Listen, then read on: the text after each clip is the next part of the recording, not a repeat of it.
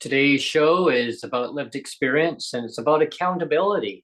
I mean, who doesn't need to be held accountable when it comes to people with disabilities across Canada? We all live in legislated poverty, government imposed poverty at provincial or federal levels. This needs to change. And today we're going to be talking about that. So stay tuned. It's all coming up next.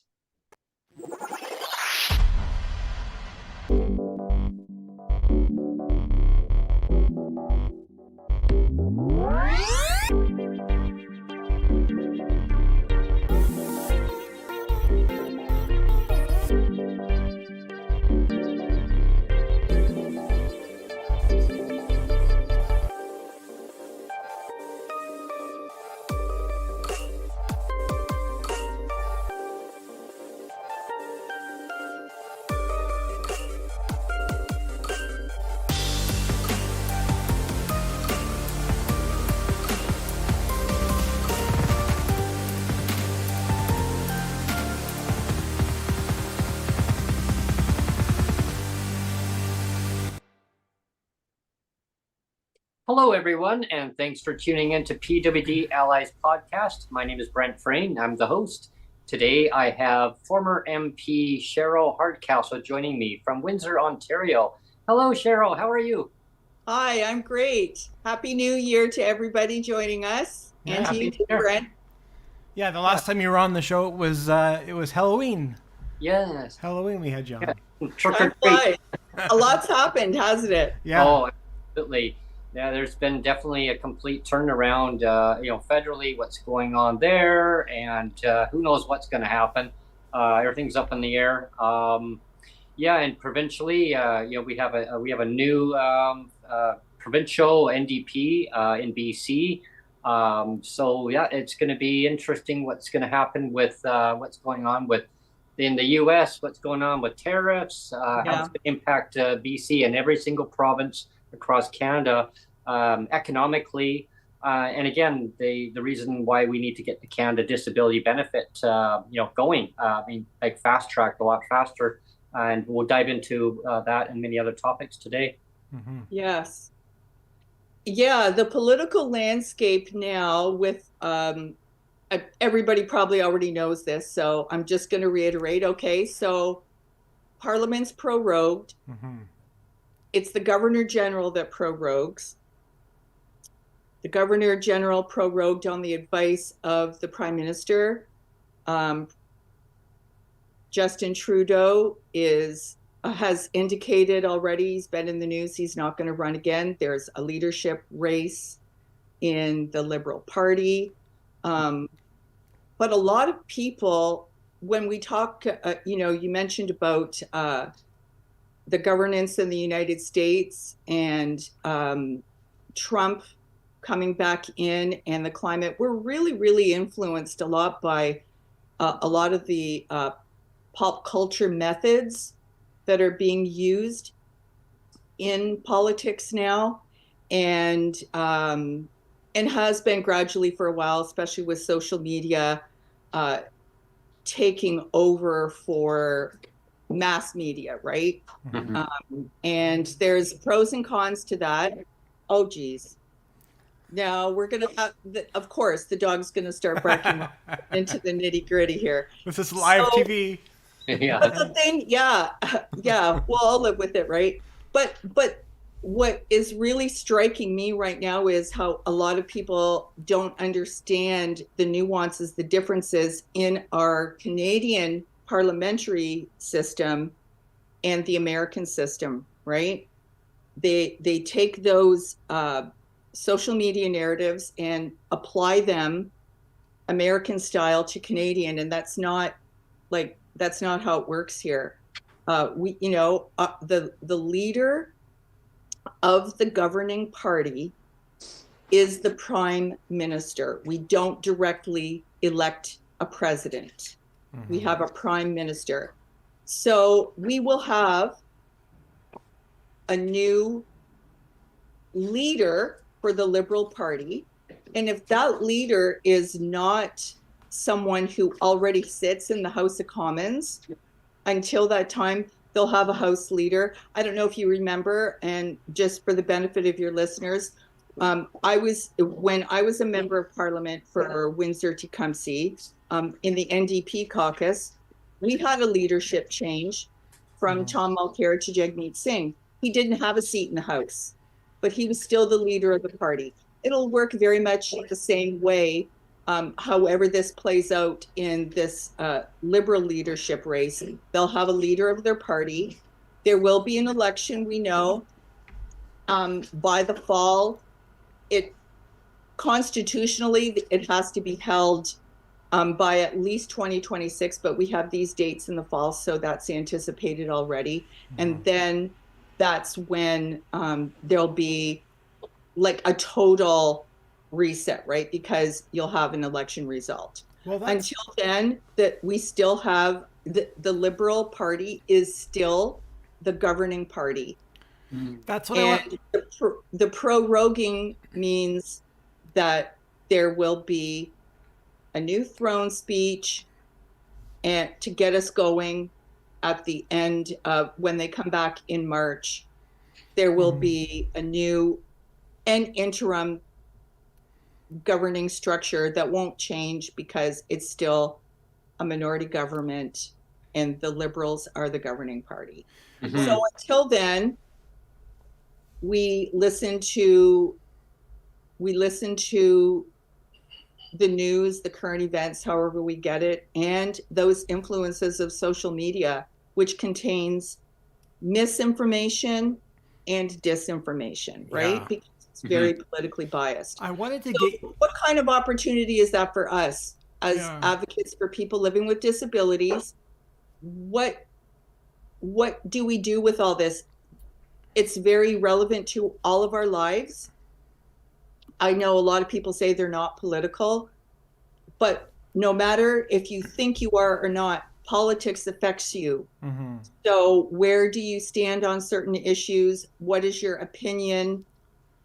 What information do you need? That all matters in how you go and find this information, right? Well, and it can't distract us from disability issues. Like, who's going to be the leader of this party and who's chomping an apple and having an interview on another, like that. It has to come back to, what are you going to do to improve our lives?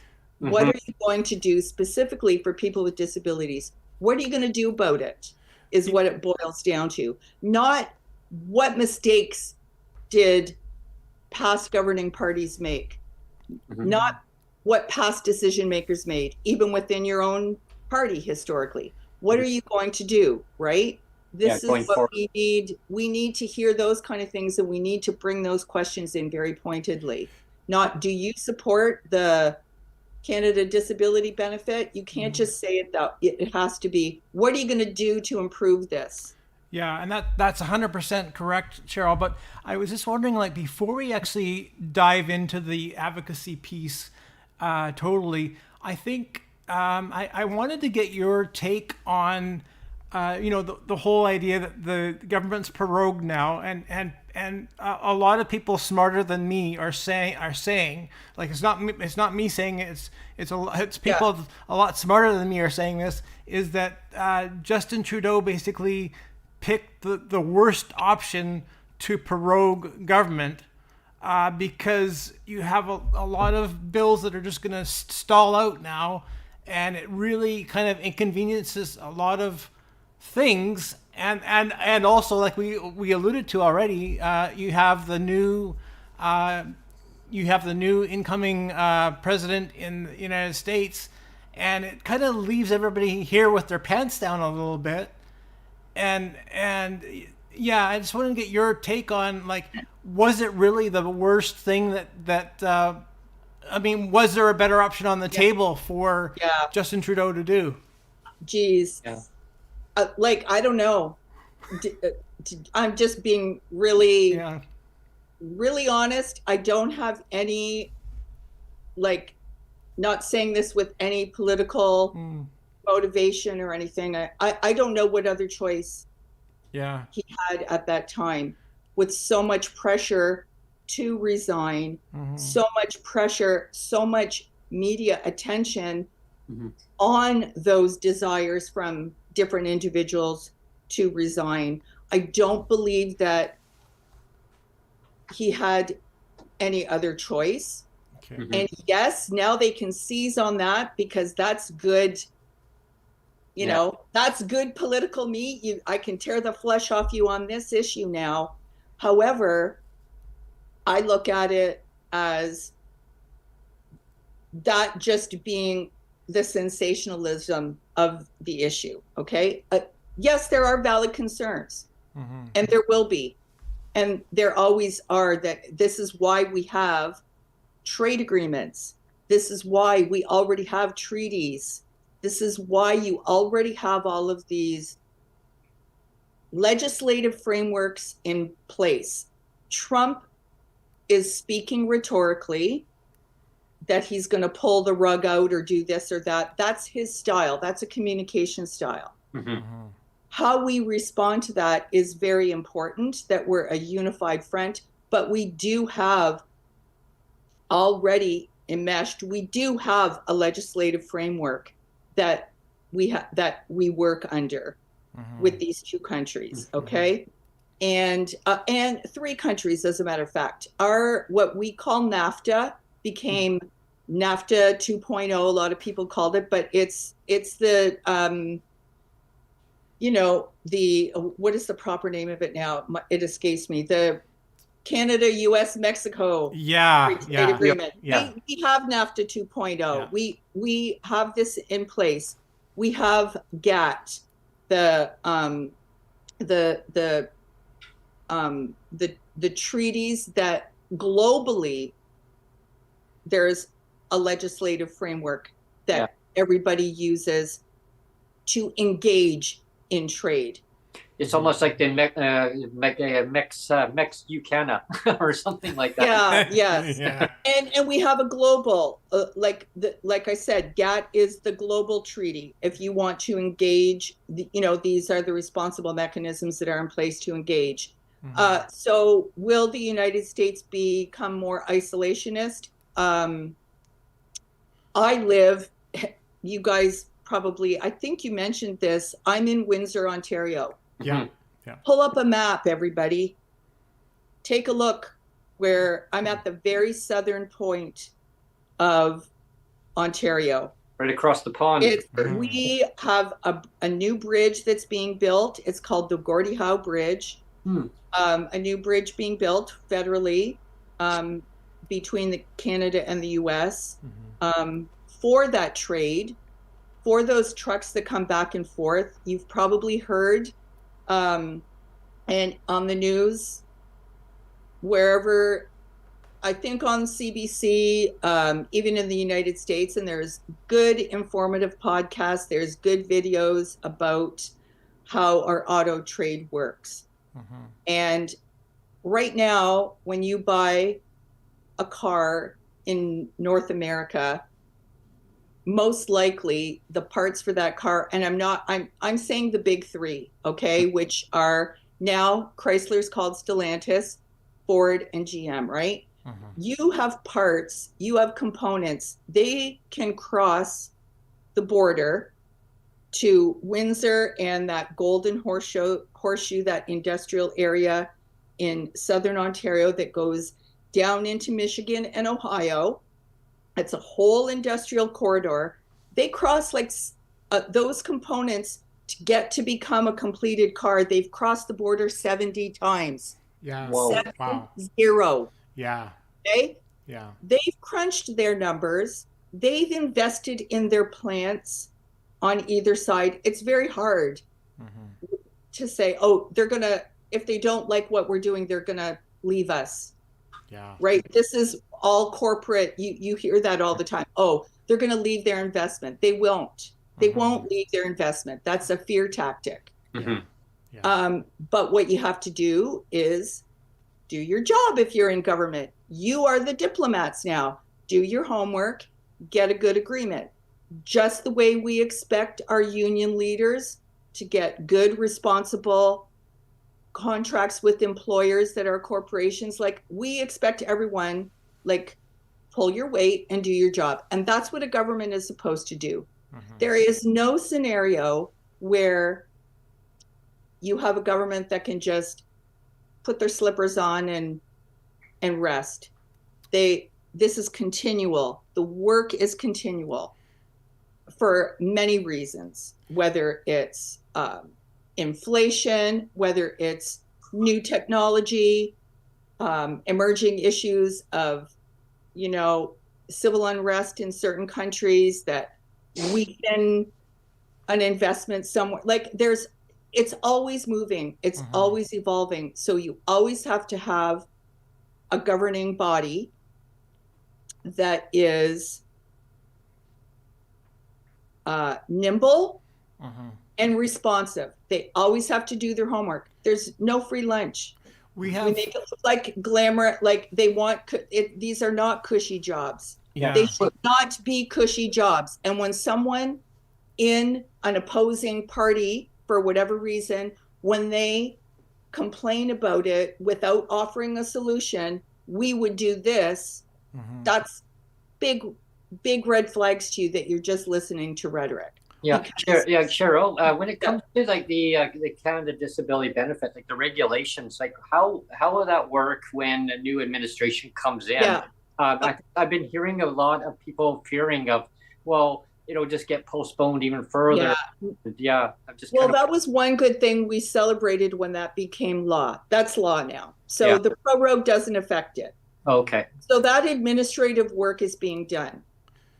Okay. To get this going. To get going and keep moving on until I believe it kicks in July of this year. Right? It kicks in. The problem is that these are the like, what's a distraction and what's a real issue for us? Okay. Yeah. So if this is coming in July 2025, and we know with its vast shortcomings, we're getting this, right? So that's what we need to push as individuals, as groups, advocacy groups. That's what we push. How are you going to improve this? How are you going to address these problems with the Canada Disability Benefit that have been identified? Namely, the amount. How do you qualify? Using the narrow definition under the Canada Disability Tax Credit definition instead of the Accessible Canada Act definition. All these different things, right? We still have to advocate for that. Otherwise, you're going to get what has been passed. Now, Cheryl, we actually that can become an election issue when there is a federal election. How are you going to fix this? And interestingly, sorry, I know I'm cutting you up, but I want to say this part before we go further. In Ontario, the provincial government under the Doug Ford Conservatives, they're very savvy. They will have their election early. They're going to call their election. People are saying the indications are for March. March of March of this year. He's going to call the election early to secure. They want to secure their bid for power to expand the amount of time that they're in power. That provincial governing party wants to do that before the federal election. Right. Because they believe a federal election that brings in, let's say, that does bring in a conservative government federally, that doesn't happen provincially then for Ontario. They won't get reelected. So this is their chance to get reelected. Having said that, if you're in a province, okay, you guys already had, how many provinces are coming up with their elections? I know Manitoba's not, because they already had theirs under the Canoe government now. Ours saying Ontario was going to be in 2026. It'll be early because of the federal scene. And he's setting that narrative up saying, yeah, I need a mandate to address Trump. I need that mandate. So he's using a good rational excuse, right? Yeah. But those motivations were there before Trump spouted off, Yeah. you know, 51st state and all these things that are meant to push our buttons, right? Yeah, exactly. Yeah. Very tactical, Yeah. very, very tactical. When he throws these things out, it's very, very tactical. Now, the reason I wanted to interject there, Cheryl, is because we actually have the first one is a comment from Bertie, and the second one is a question. So, if you wouldn't mind, I'll say the comment. I'll say the comment and then the question. So, this is a comment from Bertie and a question from Bertie. The comment is the struggles of every Canadian and persons living with disabilities don't magically get a pause button. Well, we are told we are waiting and seeing now. Indeed, so that's the comment. And the question is, she says, Cheryl, during the prorogue, are ministers still working on their files to some extent, or what? Well, they are to air quotes around to some extent, because your deputy ministers are the most senior level of civil service. They are not elected. So you have all of these non-elected people in the highest, the highest offices that you can attain in governance, in federal governance. They are still doing their work, and there are people underneath them. They are still doing their work to proceed with the direction that they had, especially if something's already in law, which the Canada Disability Benefit is. That's why maybe there's a pause in the political aspect of governing, but these changes that we need could still be being worked on. But for example, there's a lot of active bills though that are going to have to be reintroduced now, right? Is that correct? That's correct. Yeah. And everyone's heard that phrase before, probably. The phrase "died on the order paper." Oh, yes, is often used to describe what happens to bills, a prorogation. Okay. Dissolution means there is an election coming, and there will be a new government next time we come back. Okay. That's dissolution. We have a prorogue, which means delayed. We're starting over with the same governing party. No election in between. If there was an election, if this was actually an election period now, if we were getting into that mode, and campaigns and candidates and all that kind of stuff having to be done, and just picture your local, like all those local mobilizations that have to take place for elections, and getting that stuff's not being done because this is just a prorogue. But when it's a dissolution, that means when we come back, there will be a new government, because that new government will be as a result of an election that has taken place. Right. Interesting. Okay. So we're not in a dissolution, but that's unfortunately what happens. The phrase "died on the order paper" means exactly that. It's been prorogued, so that dies on the order paper. Administratively, think about if you're in a senior, if you're in a senior office in these ministries and you've been working on certain things, like, no, you're not going to have a bonfire. You're not shredding papers.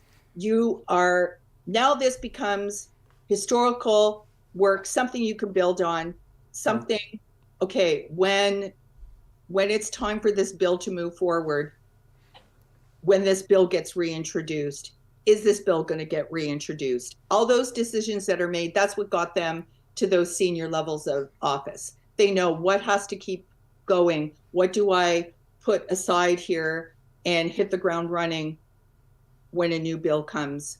We build on, like, we take this back. So it's not like everything is wasted.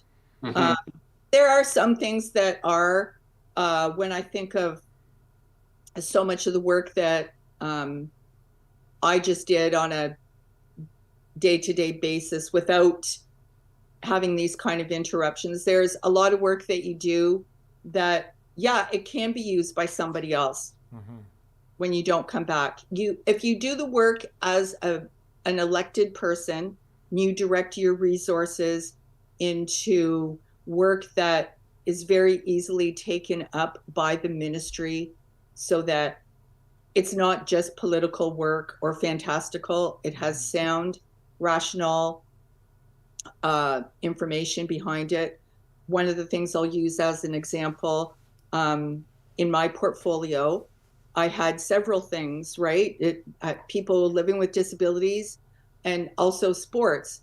In sport, I really dug down and tried to find some really meaningful things that I could really clinch on and do research on, so that a future administration could build on it, which was a national strategy about concussion in sport, on how, and people living with invisible disabilities, a lot of them have to do with those kinds of issues as well. So I thought it was really good to have a strategy put in place in sport. Did a whole bunch of roundtables and got some expertise and recommendations, so that when you're not starting from scratch as an administrator. So let's say you work in the Ministry of Sport, and you're someone who is a cleric who's supposed to work and facilitate certain portfolios when they come forward. Oh, what do we do with concussion in sport? We have this is what we have. So we worked on that. Sexual abuse in sport was another one. First time you get a body together, I'll be a volunteer body, but where are the supports for minor sport organizations that are rec programs? How, when an accusation comes forward, they're overwhelmed, they can't deal with these. Where's the expertise that they can plug into? So it's the same thing with concussion in sport. How do you tell, where do you get a concussion protocol when you're a backyard rec club? Federally, we have resources for that now. And it's like anything else, it's moving, it's always going. You're never just, okay, we're done. We're done forever. You're never done. Governing is evolved. It's like society. Governing is one aspect of societal living. We live in a society, and governing is a part of it. And I like to really stress that to people, because a lot of people feel like government is separate from them, and that's why they're not political.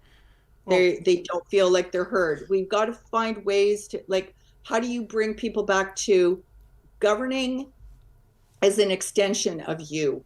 Right. Governing bodies are a reflection of society. And yes, then that brings us into democracy and majority rule and perfect democracy and protecting minorities. That's why you have human rights issues and conventions on human rights. And this is why the United Nations provides those kind of resources too. Well, this is so yeah. I don't know. I think I kind of veered off from. I just wanted to make a quick comment, Cheryl, and get your feedback on this. Is that, I mean, we have a lot of, I would say people that have been around for a while, and also we have a lot of new subscribers, and so they might not know the full history of the podcast. But basically, you've been around for 3 years.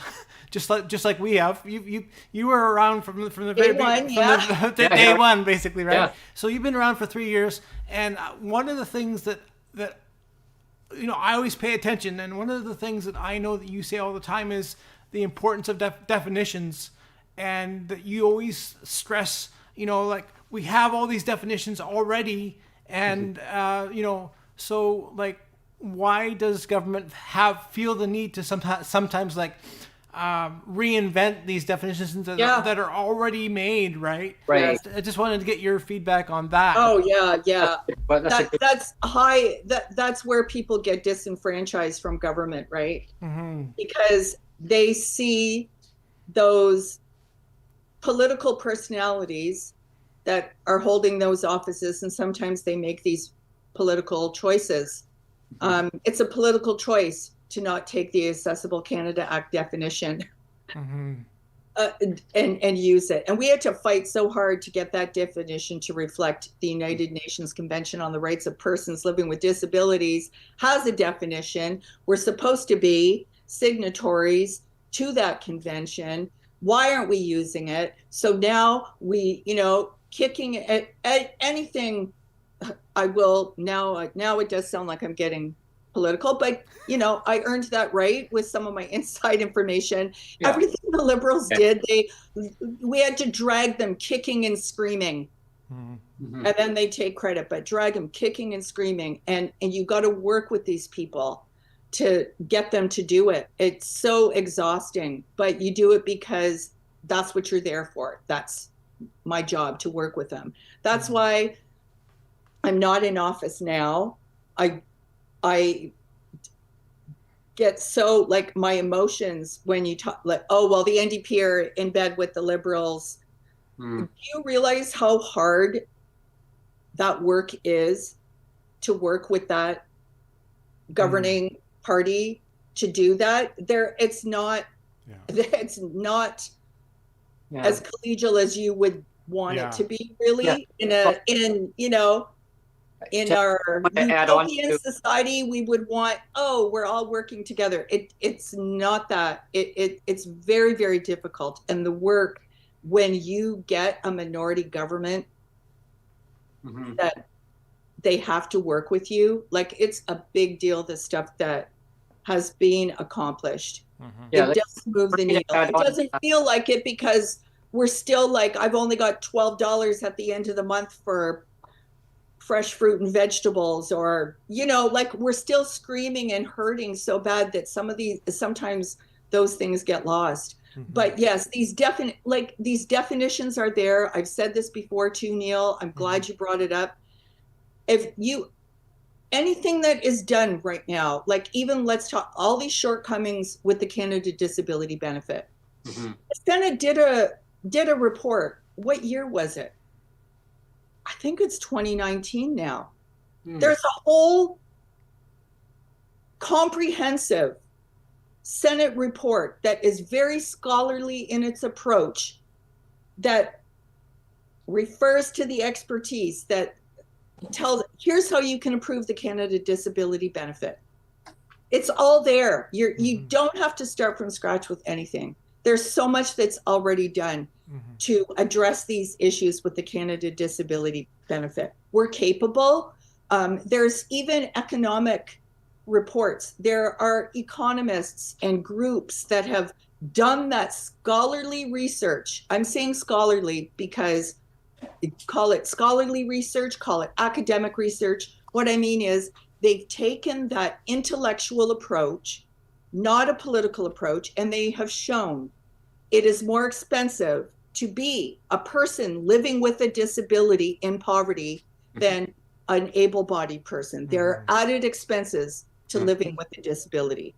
It's more expensive to be poor than to be wealthy. We know this, right? We've talked about this even from our own basic lived experience. You've only got X amount of dollars. You can't buy the great big $6 bottle of soap. You have to buy the $3 bottle because you need that other $3 for something else. You can't, and it does, it boils down to dollars and cents. Like, I do live a real life. I'm not a wealthy person that doesn't have to work. And a lot of times you get these people that over time, they gradually have so removed themselves from real lived experience, and they live in these bubbles, and they don't know what it's like to stay awake at night because you don't have money to fix your car, and you don't have money for a bus pass, and even if you did, your public transit system in your community is shit. Like, all these things that we do talk about as allies, they do all plug into federal issues. And not just that, they plug in provincially and they plug in municipally. And that can overwhelm you. That can be an overwhelming thing when we tell, you got to be an advocate. You're stressing out. I know listen, I know. I know what it's like to be stressed out and all of a sudden you get shingles. Yeah. You know, like people know what their stresses are like, and to be told we have to continue to advocate is very, very exhausting. It's so easy to become fed up and disenfranchised because government's not working. And I will just tell you, if you are somebody who is fortunate enough to have a working computer with a current operating system, and you can go on the internet and you can download these reports or search for them, and they are there. And sometimes all you have to do is put the link in and send it to your elected official, even if it's municipal. Hey, I hear you're working. I hear there's a committee that's working on disability rates. Here's a good report that talks about the pressures of public transit or whatever it is. These reports are there federally. There are all kinds of resources. Even the best practices from other countries have, like, we have all of this. We are living in an internet age. And if you do feel like you're somebody who can advocate, you can do it from your own computer at home if you are fortunate enough to Like have we're doing now. Exactly. Yeah, no, Yeah. you know, and you, like, I'll give you one example right now for if you have a federal or municipal election coming up or provincial election coming up, you can go to, let me think if I can, what's the name? It's called Main Bertie just got the Main Senate report, I think, that you're referring to. The it was from February 21st, 2019. So it's going to be in the live chat for people that are curious. There's a link in the live chat. Yeah. No, I'm so glad you have that. It'll empower you with that information and make you feel glad that someone yes, of course. Yeah. But on the other hand, it will make you frustrated because you'll say, what? This is from 2019? What the? Yeah. Our tax dollars have already gone into a lot of the homework that is required. So that's where that level of frustration does come in. But sometimes you got to take that and just like send it back to them. Or if someone's a candidate, let's say an election is called, you're in this lame duck kind of limbo, you send it to your candidates. If they're an incumbent even, what are you going to do about this in the next session? Yeah. What are you going to do about this if you're next elected? Are you going to address this? Yeah, rather than pointing fingers, saying, "Well, the other government, the other guy didn't. Oh, he didn't do anything, and oh, I promise I'm going to do this." Yeah. You don't want like, what are you going to do? Are you going to push this through? What are you going to do to improve this? Are you going to? It's like, what are you going to do now? Like, well, what are you yes. Well, and so that's good that she downloaded that. There's a couple others too that are good, but Maytree takes a scholarly approach. Maytree's great too. Yeah. Then there's like a drop down menu. I think it's under strengthening communities. Yeah. And there's a toolkit for different, you click on toolkits. There's actually one for improving the Canada Disability Benefit. Oh, okay. So you can see all the stuff that we talk about, you can for yourself, even if you want to have a coffee meeting with people and then say, the three of us have decided we're going to get involved and volunteer for a candidate for the next federal election, or we're going to submit a question at a debate, and you want to research to know your questions. Like, those are good things to read together, to have together. Like, I'm telling you, like, I really like that the Maytree toolkit is really good because you can use it municipally and federally and provincially. And I said municipally, like you have a committee. Let's say there's a disability advisory committee in your community or whatever, okay?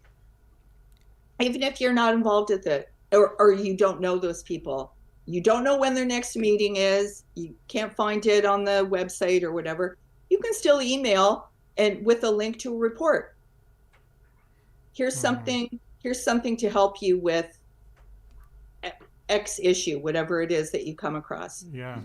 It's very important, those of you who are listening, it's very important if you're someone who feels like you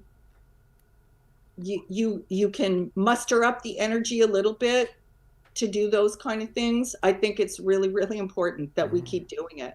Maytree has a lot of resources on it. I remember years ago, Cheryl, that Maytree had every single province in there, and there was a link on it and talk about social programs.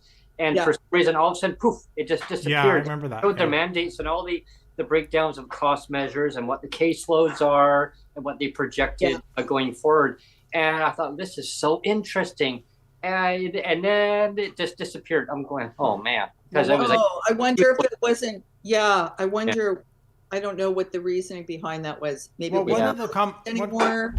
I'm not sure. Yeah, one of the I don't comments know I, either. one of the comments I wanted to make, it's all related to this too, is that you know, I worked for the Disability Foundation here for 6 or 7 years, and it was to help other people with disabilities find employment, and it was sponsored by the provincial government here, and so of course you know that a big part of so there was a research component to the whole study, right? And Yeah. a big part of it for the provincial government was, of course, like just show us all the success, show us all the success, right? All the wins of this program, and we did that. But I always took the other side too, and said, well, this is where it's not working. Here's some things that are not working well, and for that I was focusing on the, what do you want to call it, case studies of the individuals that say, for example, I've mentioned before, there was a guy that had smelly carpets, and he also had somebody was basically threatening to kill him, and he was living in BC housing, right? And so there's all these things where the government says, well, just find a job, and everything's fine, and they don't take into account the barriers, The underlying Exactly. the living barriers that people face. And I was very careful when I wrote my reports to show all the negatives. But the point I wanted to make is it kind of bugs me that I was putting all this effort in to kind of show the positives and the negatives. And I think, you know, at the end of the day, basically the government just wanted to see only the positive, and they basically just flushed everything negative. And they said, well, don't show us that. We just want to see the shiny thing, you know? That's very important to understand that. It's almost, and it can feel empowering as an individual, I guess, to maybe that's one way to look at it from an empowering aspect. When you're on a committee or something sanctioned by the government to be an advisory, you have these limitations. You have this silencing, whereas when you're an advocate, you can bring these things up.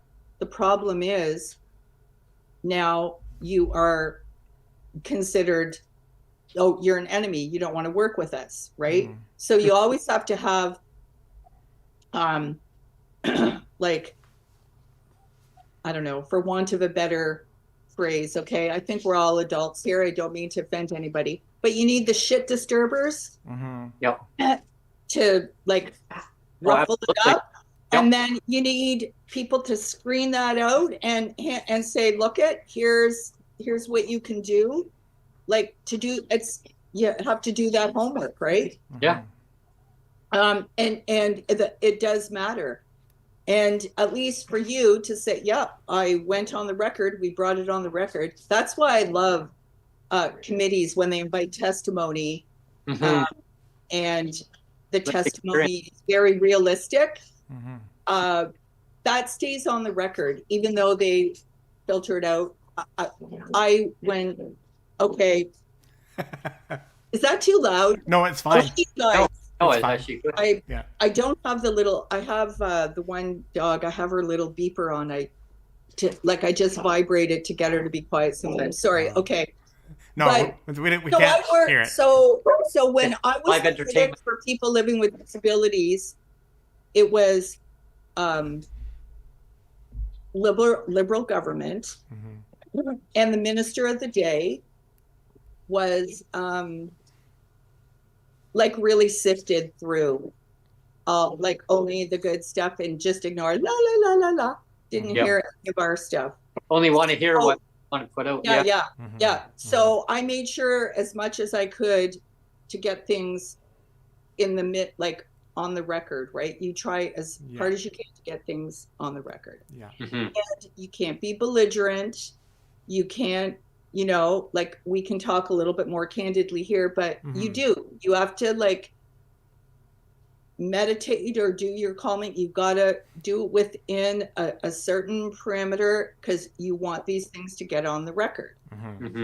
And yes, you can still have your frustration, but you almost need like two groups that are like, you know, very well, and you can be part of both, I guess, depending on how public you are, because they'll go, oh my God, here comes Brent. I always feel, no, Brent's friendly. Like you want to, but Neil, watch out for Neil. But meanwhile, Neil's feeding stuff to Brent, right? Like you gotta empower.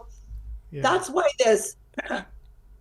Talking about being there from the beginning, like you have to find these out. You've got to find allies and work with these allies. And some of your allies are doing boring academic work. Yeah. Some of your allies are, you know, sharpening their sword. Yeah. Some of your allies are creating stir on social media. So like, there's no one way that works either. Otherwise it would have been done by now, right? And I don't mean to pat myself on the back at all. But what I was going to say is, I've always felt that I was pretty good at wearing two hats, because I mean I've been victimized by bad policy. I mean, you know, if we could talk about my clawback, my PWD clawback for the last 12 years. So I've been victimized by bad policy. But at the same time, you know, while I was working for the Disability Foundation, you know, I could put on the good guy hat and really cheerlead this thing as like rah rah rah. It's great. You know, I can easily switch hats, right? And I think that's important. Like, you can be victimized by bad policy, but you can also like cheerlead the good things too. And I would always try to do that. I'm always trying to see the good and the bad, right? And wear those two hats. We can build on this, exactly. Well, that's why I try to, like, for me, like there is like a sounding board. People come and they talk about lived experience, but then at the same time, I put on the other hat saying like government needs to be held accountable. They need to do better. They need to do this. And actually, with that being said, Cheryl, maybe Neil, you want to give that announcement of a graphic thing that with Jeff that you've been working with? No more legislated poverty. There's we're going to be going to Ottawa, Cheryl, on February 4th to the 6th. Oh, wonderful. Yeah, we're going to be setting up media there, getting media to join with us and getting our voices heard about ending legislative poverty for disabled Canadians across Canada. Maybe you can go have lunch with Cheryl. I'm in Windsor. I wish it was in Ottawa, but as long as there's not a snowstorm there. I mean, we just finally got some snow. We didn't have. I know some places have had snow since like we haven't had any snow last time we talked, but we just got our snow. Maybe we had like a little dusting that didn't last, and just like after Christmas. So it's gonna be interesting. We're gonna be heading out there and just making sure our voices are heard, even though the Parliament's prorogued. It's still gonna be good. That's great to hear, and just going back to what Neil was saying about, you know, he has his own lived experience with having clawbacks and a situation, I think, with a survivor's pension. Yeah, that's right. Okay, so here we are on one hand talking about how weak, how inadequate the Canada Disability Benefit is actually going to be. But the irony is, if these other policy changes were made, it wouldn't be 100%. Right? Yeah. And that's not up to us. That's provincial. Well, you can use that federally too as a bargaining tool. Look it, you're not allowed to claw this back. And I don't know how else to say it. You can call it something else so that that's not clawed back. But, you know, what are some other tactics or other ways that they have? They can say, like, if you fix this policy, we'll do this. Yeah.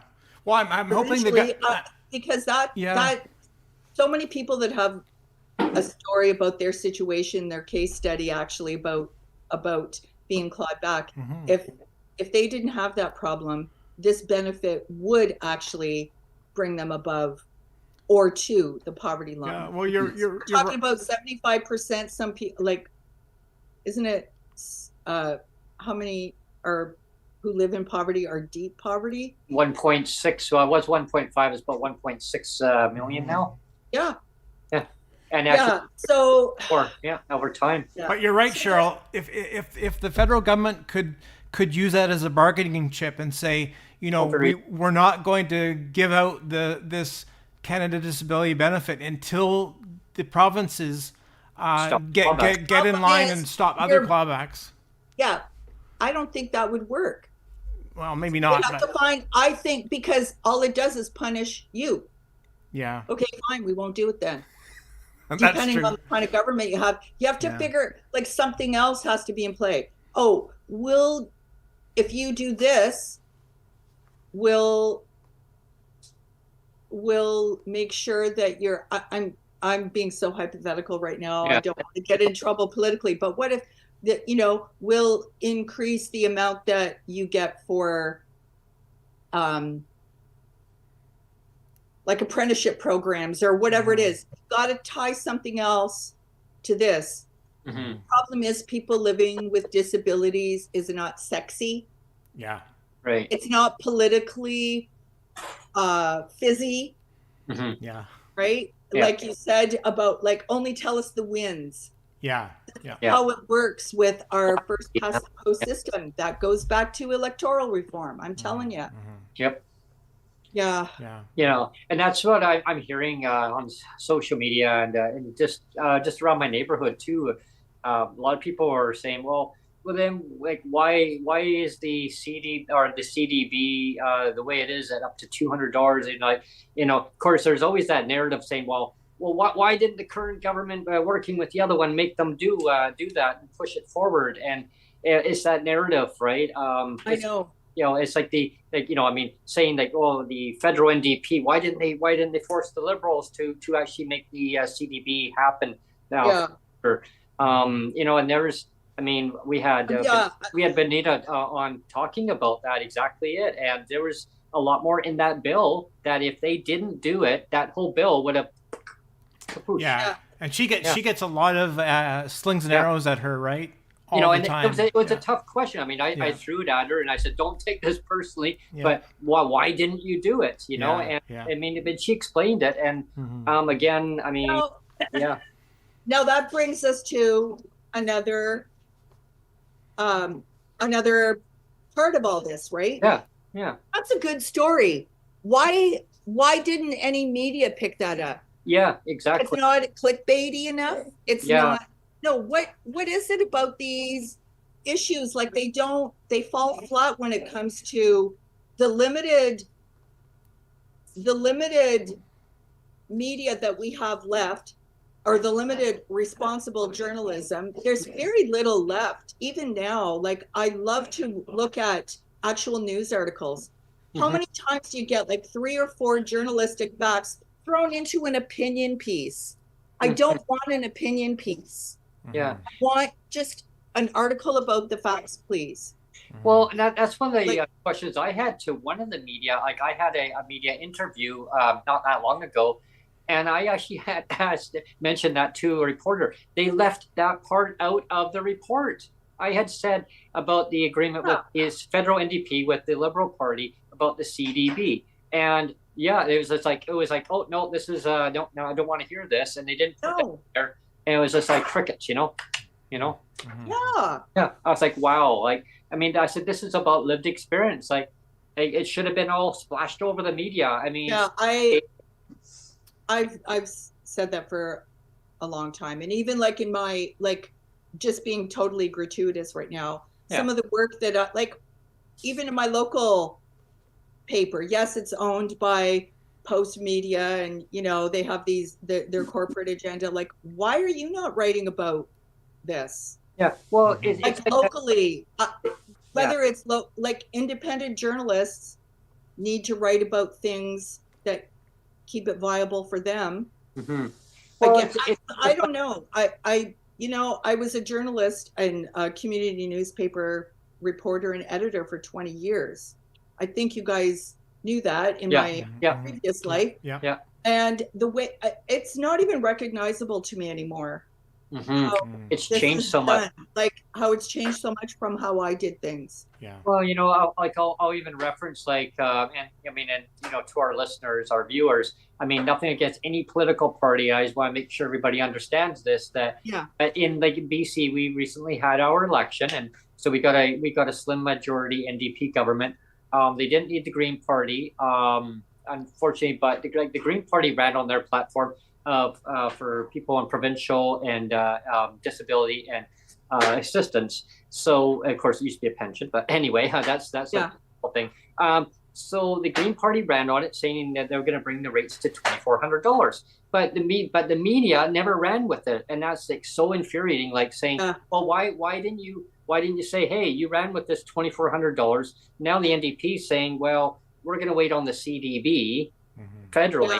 And so now it's basically they've kind of now watered it down. The Green Party watered it down, saying, well, if it's fiscally maybe economically doable, then maybe we'll look at something. But they're not committing to no dollar amount.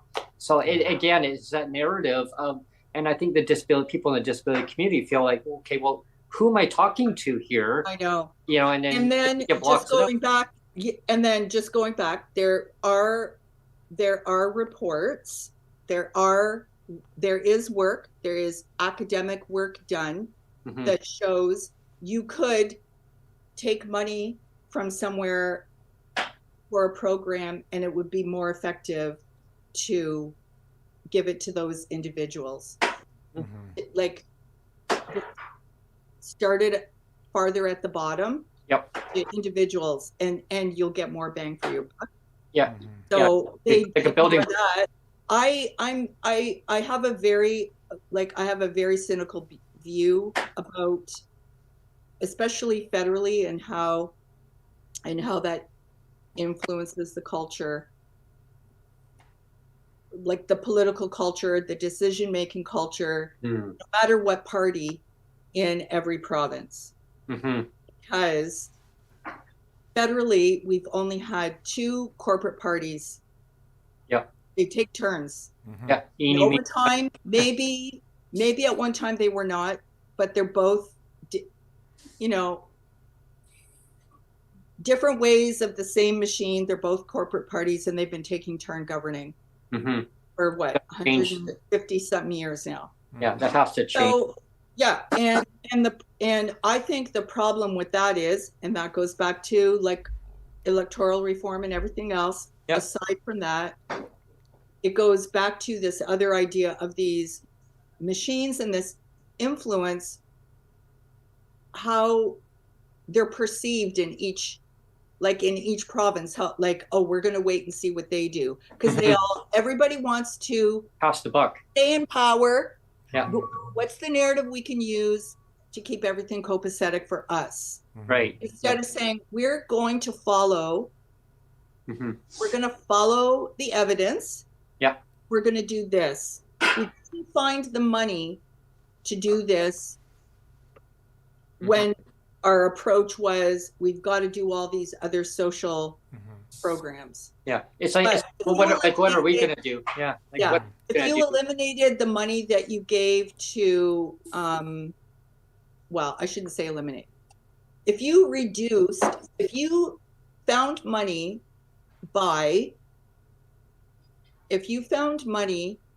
to give to individuals by eliminating a certain type of clawback, let's say, provincially. Right. If you found the money to do that, that you would find the money to do that, because now your pressure on social housing, you have people who now can make market rent, 100%. live 100%. closer to a bus stop, or afford something that makes them a reliable employee now to be able to go to work for 10 hours. And that's not clawed back, then I can use that money to do that. Like, Yeah. You what can is now, that called? It's not domino effect, but yeah, it has a ripple effect, right? Yeah. It ripples into these other things. You don't have to, that's why I don't, you know, we don't have that in our budget to do this.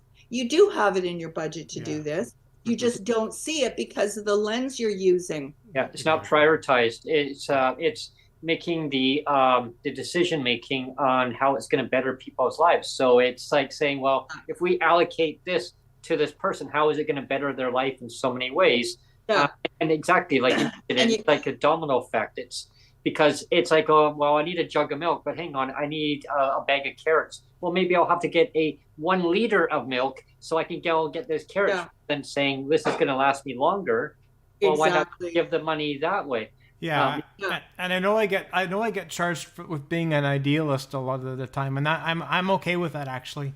But the thing is, me too. the thing is that I'm always like, why not try to do the right thing most of the time? Like, it seems to me like when you have bad policy, like the clawback, for example, we know that that's a bad policy. I mean, that's doing the wrong thing on purpose, right? Exactly. It's doing the wrong thing on purpose, and I'm always like, as the idealist, like, let's try to do the right thing most of the time. That's why it's very good to insert that word, legislated poverty. Yeah. Yes. Yeah. And, you know, and we talk about housing. Recently, there was something on our local news in our housing, BC housing, an elderly woman who's been living in her car, and she was offered housing, but it was not the type of housing that she said that it would be adequate for her life, and she just could not live in that deplorable housing, she said. And because of it, of course, now we've got one of the ministers now is now going to get involved with that story, because it's now the media is now growing legs in the media saying, hey, what's going on here? I'll give you an example, Cheryl. I rent from a corporate landlord, and they're really nice managers. Like I'm not going to diss them because they're really nice people. But the narrative behind it is, they're investors. I mean, they got to keep their investors happy. They even admitted to me, we got to keep our investors happy. They're expecting a rate of return. There was a place that we wanted to rent.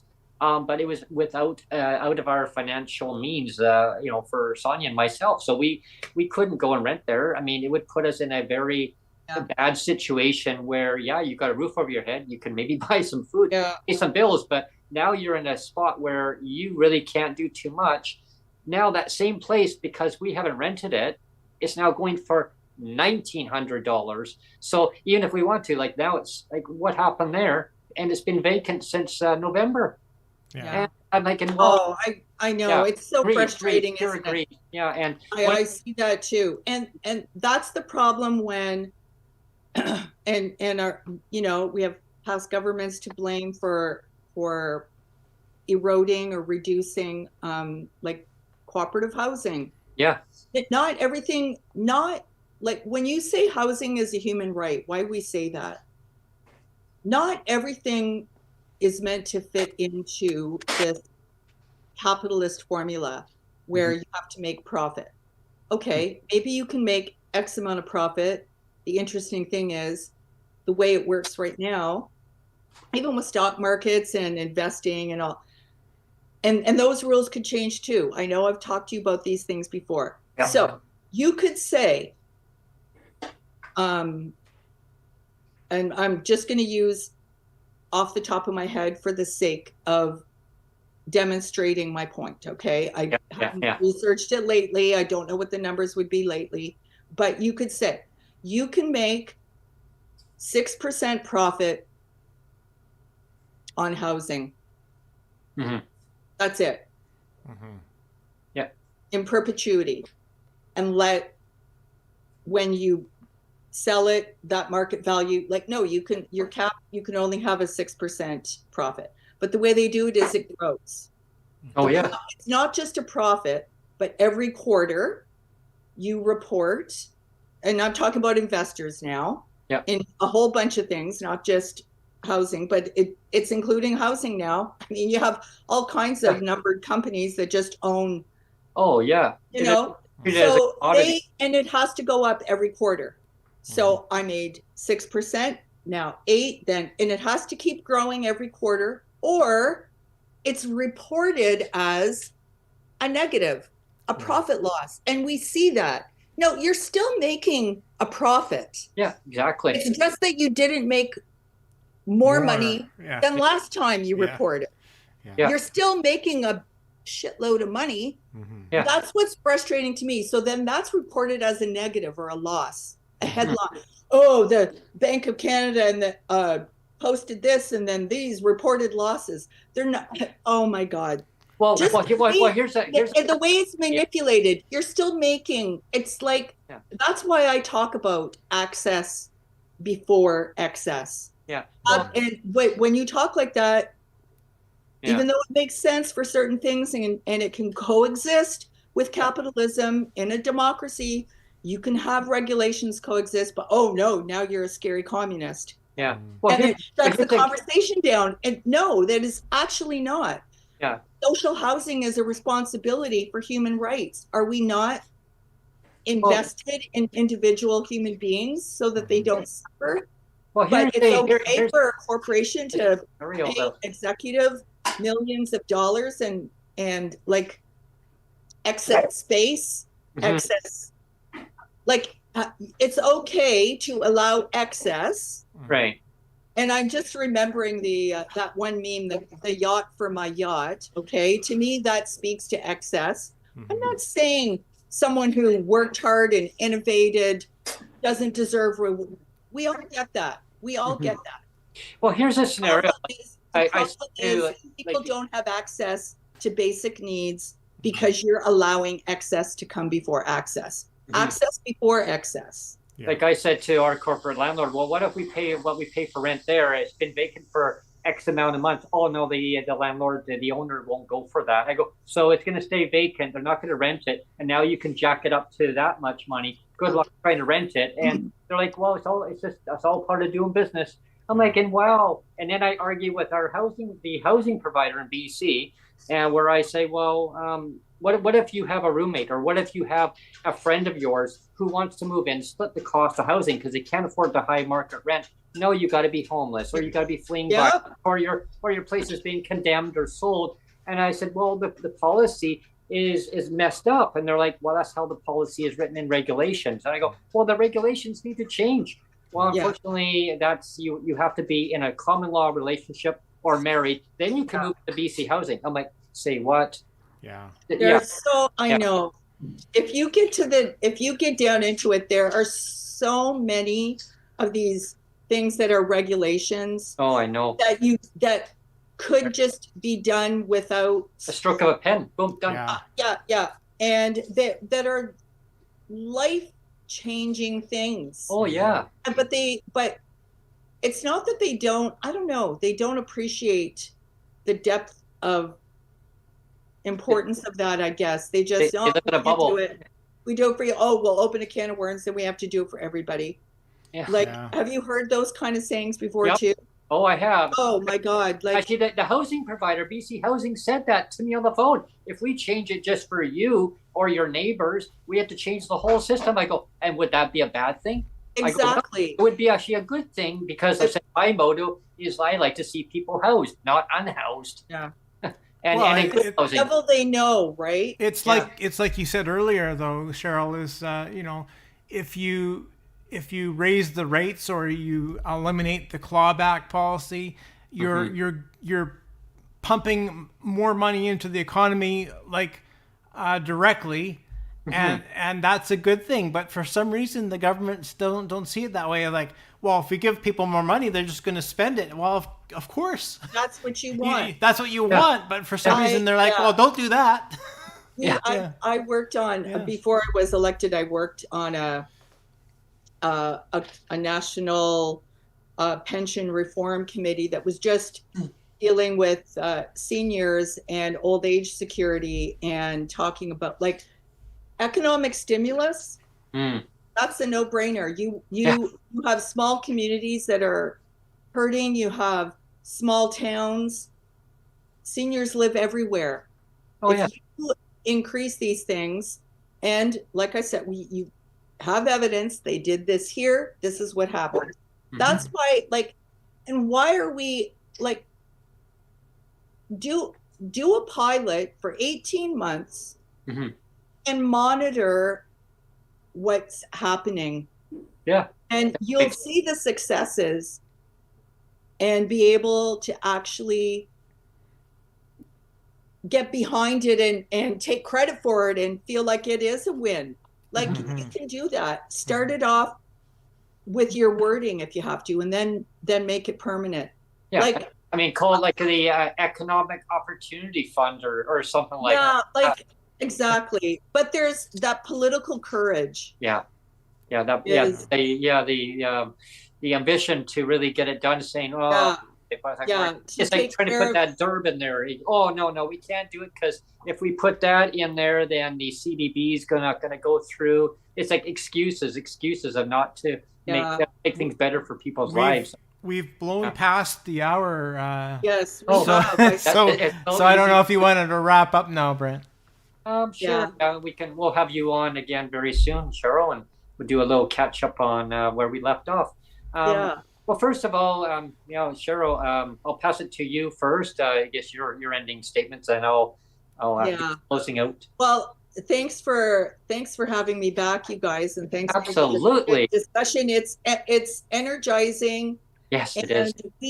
And we do need that, even if it just helps with your own self-talk and how you're going to get through the next week. And hopefully it does help you say, okay, I'm going to start looking at how I can be a voice in my community and how I can be a voice for people living with disabilities. Because you have a lot of family members that are, when we talk about everybody hurting, you have a lot of family and friends who are frustrated that they cannot help more because they're just treading water, right?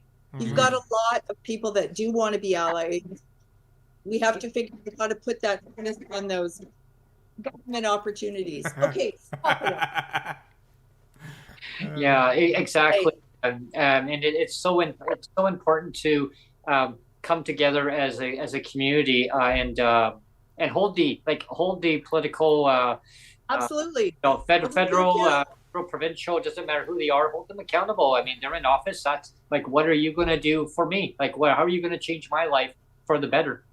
Rather than pointing fingers at, well, they were in government and that's what they did, and this is okay. Well, what are you going to do now? Like, what are you going to do to make it better? Exactly. And that's one thing I've learned over years is stay focused on the now. I was talking actually from one member of Legislative Assembly is like saying, Brent, don't do the blame game of well, this one here and this one here. That's how do we work forward and work together? Or like one thing I would like maybe for the next time when I come on, I would like to maybe talk about or highlight some reports or best practices in other places or actual examples of these, like here's what you can do, this works, and they're like some of that work that's already been done. We talked about that'd be a great show. I think some of those reports. Like maybe some of your listeners will have a few that we can link up as well. But it's very frustrating, but it's also almost a relief to find, oh my God, this has been done. Like, I'm not crazy to think. I'm not just being an idealist. This. I'm not just being. Well, what's the thing is, it's like the studies that are out there, and then they just keep pounding away. Oh well, this doing is what they do. Oh, I know, and it's just staying focused and putting all the ideas forward and generating them out to the political parties and saying, hey, like enough, like let's just get this done. Let's get it past the past the sand line here, and because they can push forward, right, or the goal line, Yeah. yeah, or having Provincial saying, well, we're waiting on the feds to do it. Well, no, like what are you gonna do now? Like, don't worry about the feds. I mean, right now, if it comes to fruition, which it will, You have a responsibility here. yeah, exactly. Like, Yeah. exactly. Pass the football or hot potato, I call it. Yeah. Potato. Oh, yeah. That's hot potato politics for sure. Yeah. Well, thank you for your patience with the dogs. Oh. Yeah, absolutely. Extra entertainment. Yeah. Okay, guys. Yeah. Thank you so much, Cheryl, for And take care, everybody. Yeah. I want to thank our listeners for tuning in today, and please subscribe to the channel if you haven't already done so. And there's the podcast version. Check it out where it's available to you. And yes, click like, subscribe, and share as always. And buy us a coffee if you're able. Yeah. There you go. Yeah. And stay tuned for our next podcast. And Cheryl, we'll have you on again very soon. Yeah. Thank you, everyone. Take care. Bye, everyone. Bye, everyone. Thank you. Yeah. Yes.